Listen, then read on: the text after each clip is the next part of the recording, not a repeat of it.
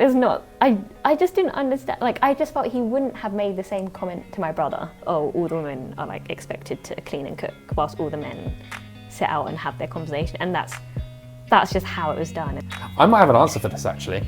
Yeah, and I think people do understand, but I guess maybe in my head I perceived that maybe they wouldn't, or maybe I was just more private and didn't want to share quite how I felt.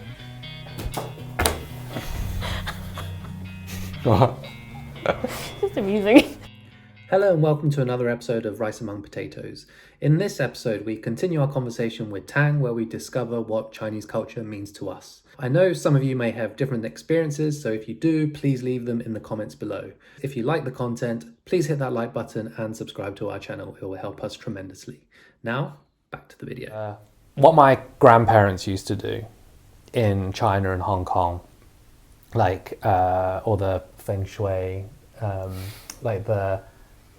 there's so many traditions honestly in Chinese. And then I feel like when my mum and dad came over to England from Hong Kong, they took over basically what they wanted to take over, and then there are parts of the traditions that are lost. And I feel like for me, it's then watered down even more so, just because I'm sort of 2 generations detached from the actual tradition. The language is different, can't read or write, and I start to question a lot more of the traditions. I'm partly to blame for a lot of the tradition being lost. Do you think it's part of not understanding all the traditions and engage in it when you were growing up, so it's not as deep-rooted? I think because it's not deep-rooted, so I question it.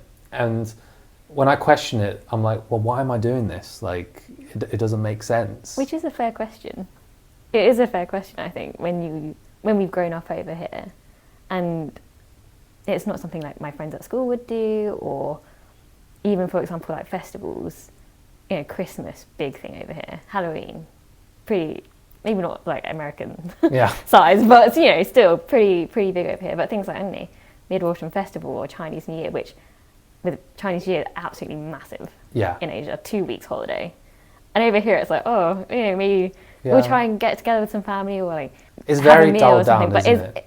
And so it's this weird mix of, I value it, but at the same time, it's how much can you physically do for it, and how well do I really understand what I'm doing and why I'm doing it, which I don't really have the answers to. Actually, because actually with our episode with Grace, she asked us like, how would you feel if like kind of a Westerner came up to you and asked about your tradition? And actually, when she asked that, we were both like, oh, we don't actually know a lot about our tradition, which is I think a shame, and we should learn more. But also, we know more than we think we do. That is true. We said we don't. Well, know not all of it correct, but hey, we fact checked some of this. But also, I think we realised as we started talking about it, Grace was like, "Well, no, you know a lot already. You know a lot more than me, and that's a great introduction. Yeah. It's not everything, but it's a great introduction. You don't need to tell people everything. So maybe that's just the Asianness coming out, which is being modest and being unsure of everything, and the banana point coming out again. Yeah. What traditions do you have in your family then? Chinese New Year, that's probably the biggest, right? I'm not sure we necessarily have traditions. It's more of the sense of, you know, we'll all try to come together as family, trying to have at least a meal together. And is there specific things you have to eat in that meal? I'm aware of these traditions, but we don't really. But you don't have that. Do them? I mean, there'll probably be at least fish. Minimum. But in terms of wait, in the fish, do you have to leave the head and the tail? We don't really do that. I don't really know what. And do you have to leave it? Isn't that just people don't want to eat the head and the tail? No. The head is good. Head is good. Yeah. But it's in like the tradition is 有頭有尾. So you have a head and you have a start and a finish. And you have to leave some behind. Yes, because it's the remainder, 有余. Yeah, which is like you have stuff at the end, right? You'll have plentiful for the year ahead that you have remainder at the end of the year. Yeah. You're not struggling for food. Yeah. I mean, I think by nature we'd have the head and the tail anyway. Because you don't eat it. Oh, you meant to leave them behind? Yeah. You have to, so you can't eat it. I don't know. I've I mean, heard of this one. it's not something that I've noticed, Okay. but it could be done without me knowing. What else would you have? I mean, we have done, but it's not necessarily every year, but like lo mein, where you all go Okay. together and like I think like the noodles is meant to represent sort of Long life. long life Yeah. because they're long, or in the name. I think there's thing, and you know, just having a big plentiful meal with like Yeah. lots of different dishes, but we don't necessarily do all the sort of lead up to it Okay. in those sense. I think we might have more because we have holsi. For those who don't, do you know what holsi is? No. For those who don't know, it's like dried oysters, delicacy apparently. And because the name holsi sounds like holsi, so it's like a good event or deed or something like that. What is it? Fa chai. Have you heard of fa chai? Yeah. That's high. It's like a seaweed thing that looks like hair. It tastes better than I've described, but it sounds like fa chai, which is like get rich. Yeah, heard of gong that? fat joy. Yeah, Classic. exactly. No classic. See, it's coming out. The Asians coming out in it. I have one which is if you break a glass or something, which is easy to do, or a plate, because there's lots of dishes, lots of plates going around, lots of kids, lots of pet people, right? People just say 岁岁平安, which is 岁岁, so it sounds like broken, but it also means year. So year, yeah. peace. So 平安. Yeah. Yeah. So it's a nice one to say, like, it's okay, nothing bad Yeah. can happen today that would be bad. Everything that happens today has a reason. Do you know what happened once? Like, it was Chinese New Year, and do you know zhong? Yeah. Like it's like a rice The dumpling glutinous thing. rice Yeah, the glutinous wrapped rice. in bamboo. 粽子. Dongzi, Yeah. yeah. Like, I think it was like Chinese New Year once, and my grandma used to make the best ones, and I miss them so much since she passed away. So my wife was like, "Do you know what? I'm going to make it for you." And I was like, "Okay, yeah, it's like Chinese New Year. Like, yeah, we'll make some and we can share it with my parents." So she made some, shared it with my parents, and then like parents took some photo of it, put it on the WhatsApp group, and my uncle goes, "You don't eat zhongzi on Chinese New Year." No, you eat it at like 端午节, Doing the it. 5th of the... Well, I didn't know that.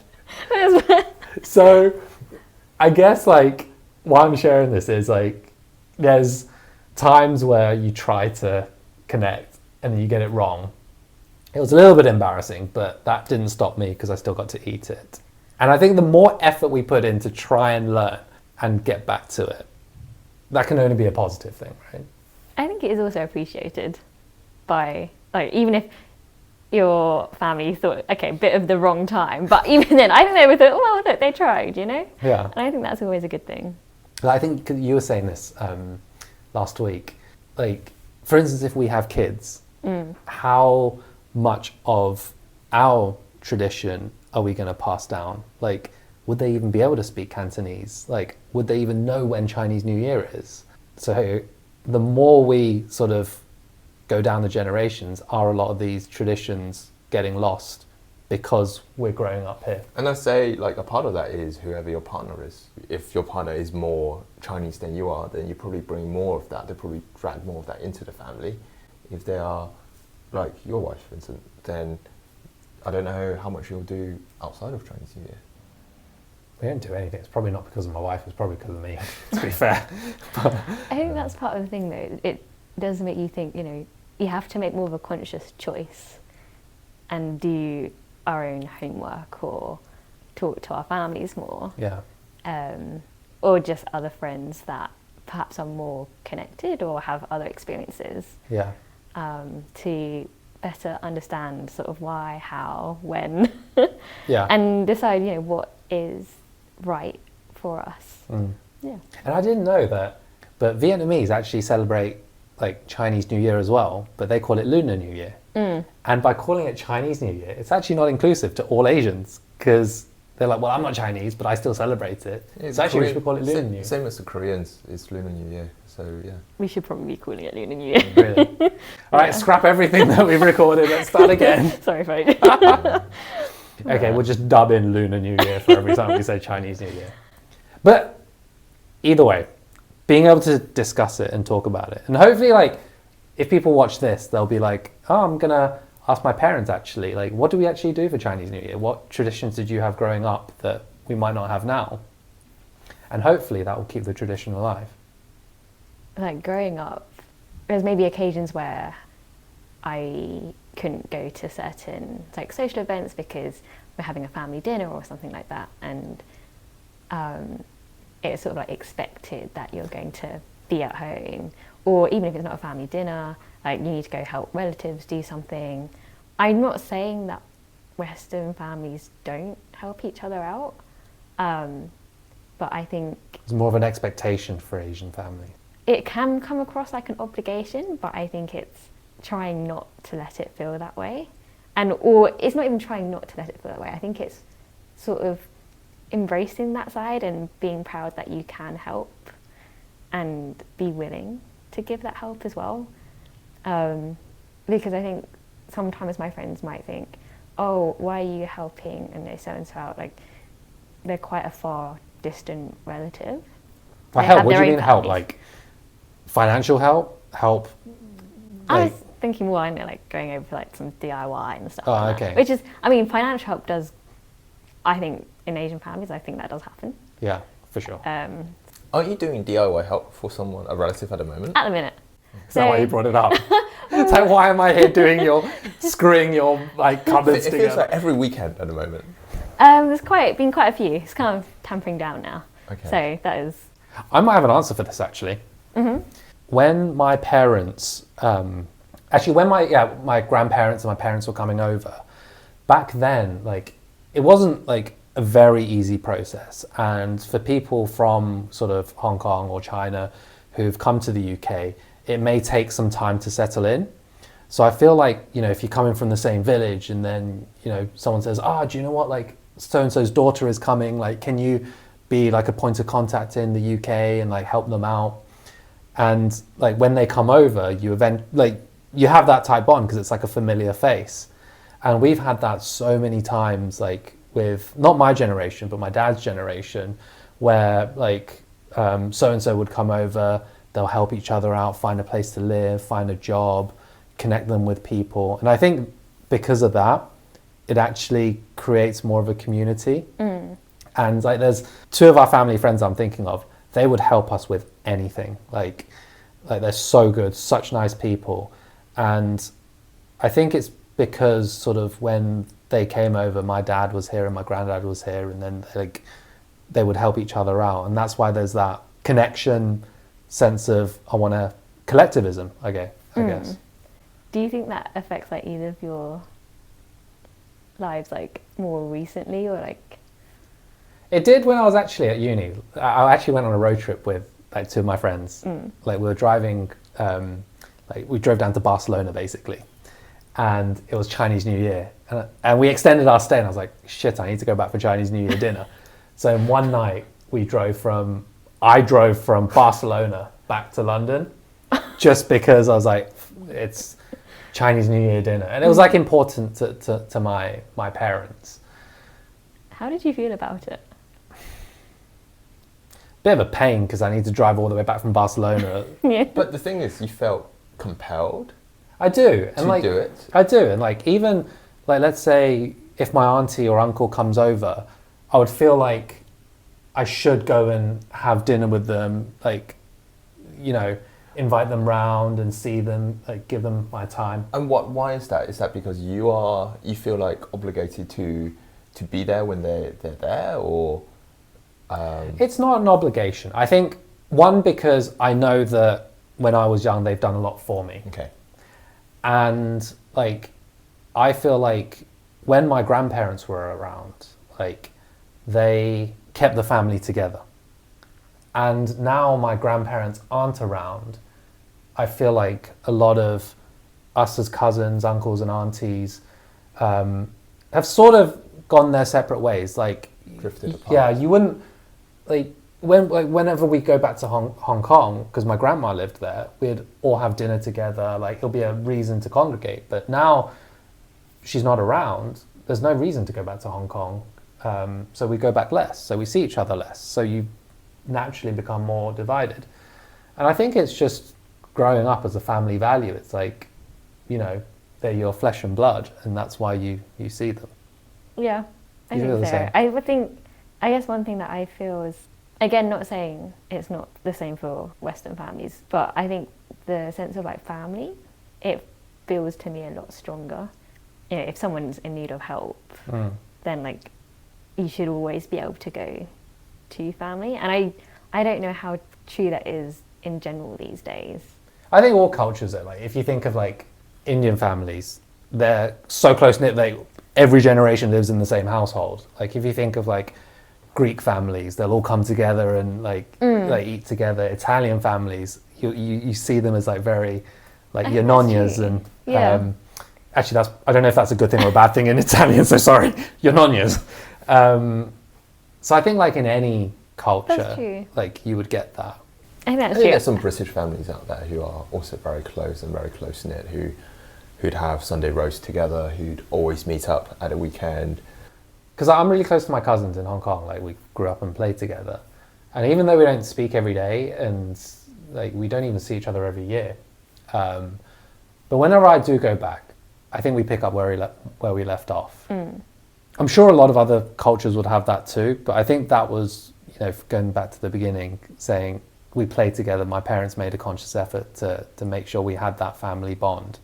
And I think that's probably why I get that feeling. Do you know what? Like my uncles and aunties are here. Like, let's go see them. And I don't know, is that the same? In some ways it is. But I think also growing up, maybe I've just lost touch with some of my cousins. Yeah.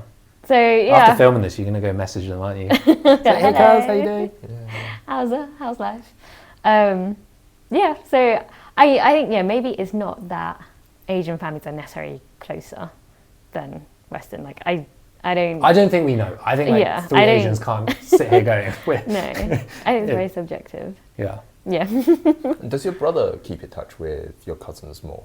Does he take on the mantle for your family to be that contact person, or are both of you quite similar in your outreach? I think both of us are quite similar. Okay. I don't think you should have said, should the brother have the mantle? I see me and my sister 50-50. Like, she's the older sister, I'm the younger brother. But in Chinese tradition, it's like the son is typically the more preferred, looking back. But now I don't think it is. I think it should be 50-50. And that's maybe one where I differ from tradition. Maybe I shouldn't air my family shit on this channel, but basically like 4 brothers, 1 sister, something to do with the family. Sister wasn't included because apparently married off isn't sort of a hung anymore. Hung is my surname, if you didn't. Probably shouldn't say that too. My wife heard the conversation, and then at home she asked me, I was like why would that be the case, and why is that, because she found it really strange, because in her family, the brothers and sisters grew up together, played together, they're always the same. Why is it suddenly now when it comes to family financial stuff, oh actually no, you're not part of the family? And that was really weird. So that's why when you said, does the brother hold the mantle? And so, I don't think it always should be the brother. No, and I guess I was presenting someone myself there, because I think back to my family, and you've met Eli, you know how mature she is. Yeah. And she does more. She's the younger sister, but in many ways she does more than I do. This is one part of the culture that I dislike, and that's the male being preferred. Yeah. Do you feel that? Yeah. I don't agree with the sort of Chinese, or very traditional Chinese viewpoints on the males being the preferred. At least for myself, I don't feel that is the case. But I do remember, I don't even know what the conversation was about, but one uncle asking me, if I were, I was quite young, so I was I wasn't really looking for a relationship, but he was asking about, when you get in a relationship or you have a husband, something, and you can help him squeeze the toothpaste on his toothbrush in the evenings. And I was like, no. You can do that himself. It's not, I just didn't understand. I just felt he wouldn't have made the same comment to my brother. Yeah. Or to, I don't know, his son, or to another of my cousins of a male gender. And I I don't know, it's just one weird comment that I remember sticking with me, and Uncomfortable. just find it very questionable. It's the older generation, though, isn't it? I think that doesn't make it excusable or right. No, it doesn't. It doesn't. But I mean, you try changing your dad, your uncle, it's never going to happen. No. But I think we talk about culture, right? You got the Chinese culture, you got the Western culture. We're stuck in between. I think what we need to do is create our own culture that merges what we think is good from both sides. And like, I would say actually, like, from the Western culture, there is like a lot of stuff that Asians can learn from. Like, school isn't the most important thing in the world. Like, you know, you don't all kids don't have to do piano. And like, you can be yourself, which I feel like is missing in Asian like schooling. But yet we need to get rid of some of this, like Asian males are preferred over females. Like, that can't be in our culture anymore. So you kind of kick that bit out. So you then create an environment where if I had a kid, whether you're male or female, you still respect your uncles and aunties, but you're free to be whoever you want. That's how I'm going to bring up my kids if I ever have kids. Good. Good. Yeah. Well, have I concluded that then? Yeah. I think COVID actually changed my outlook on my life and my work. Let's say someone working in a face-to-face job, like chefs. My wife was a chef back then. Suddenly, your livelihood is gone. Like, you can't make money. Like, job security gone. And I think you have so much time to like think about why are you doing what you're doing? Like, there's thousands of people dying in a day. Like, you could be one of those people dying. Like, do I want to be sat here 7 p.m. working on this Excel or whatever? I genuinely just thought, like, what the hell am I doing? And I guess like my epiphany was like work related. I guess some people could have it identity related, right? Yeah, I think so. Maybe it was like the moving back and forth between home and university. But I guess also then the sense of, you know, what matters to you. And maybe that was part of the subconscious for wanting to ground myself in who I am a bit more. Yeah. So I remember while I was studying, I'd sort of put on Hong Kong radio, like RTHK2, if anyone gets that. And just, you know, not necessarily listening to every single word or what they're actually saying, but just having that on the background or listening to canto pop songs from various decades. So yeah, I think there was definitely a bit of that at union, probably, and as part of that, cooking more for myself. So using the rice cooker to do some more soups because it was like the only way of getting some more vegetables in my meal at that time. Yeah. So yeah, I think definitely a trigger for that. And then as part of that period, I did set up a community, I guess is like what we called it. It was just a place where you could sort of meet different people and talk. There was one person that were talking about about sort of their family and how they would have their big meals, and it'd be, all the women are like expected to clean and cook whilst all the men sit out and have their conversation. And that's just how it was done, and there was never ever questions or never any thought that would change, and sort of like airing frustrations about that. You should have filmed it and then started a podcast and called it Rice Among Potatoes. Missed opportunity. Here we are. Because that's really funny, because like you basically tried to do that for the similar reasons we're trying to do this, right? It's just to gather people around, to talk about experiences and learn like stuff, because I think these conversations can only help us learn about who we are. Yeah, I think that, and share it amongst different people, because I guess over here you can feel other people wouldn't really understand certain things, like I have to go home and have dinner because it's this particular occasion. And it's not because I don't want to go home, but it's just sort of explaining that sometimes feels a bit weird. Yeah. Because they're like, you don't have to go, and it's like, I don't, but I do. Yeah. And it's because I do want to go. Yeah. And I think I think people do understand, but I guess maybe in my head I perceived that maybe they wouldn't.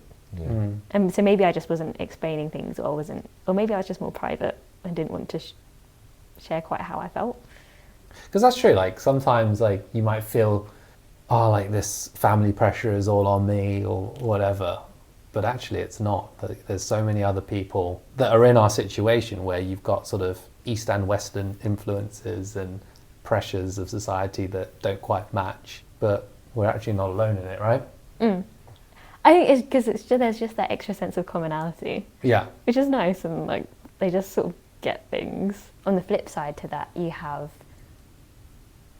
scenarios where, it's like the other day where I was having a conversation with someone, they're talking about how their child was like, who's now a teenager and was learning to cook, and they were cooking for the whole family. And I sort of very light-hearted comment just said, oh, like stepping up for the family. And to me, that's a really nice thing. Yeah. Like really good, and like, that they're willing to help out, and obviously they enjoy the cooking, and that's like one of the main reasons for doing it. And, it's not being through any parental pressure. But, I just made a comment, and they made a comment back to be like, oh, no, they do it because they really enjoy it. Like there's no I'm not forcing my kids to cook. And I was just thinking like, no child labour here. Well, exactly. And I could understand their response, but I just remember thinking, it's not what I meant. Yeah, like I didn't have that intention at all. And just thinking, I guess maybe that's where there's sometimes a bit of a mismatch. I suppose, yeah, because like some things we find so normal is like completely alien to other people, but then we wouldn't know that because we find it so normal. You don't know what you don't know, right? And I don't know where that's going. I want to say a big thank you to you for joining us today and talking about all your experiences. And I know you were shy before and you were quite private, but I do feel like you opened up, and hopefully it was a good experience kind of talking to us and sharing our experiences as well. Definitely. Yeah. Thanks for joining us. Great. Don't forget to like and subscribe. Don't forget to like and subscribe. Just amusing.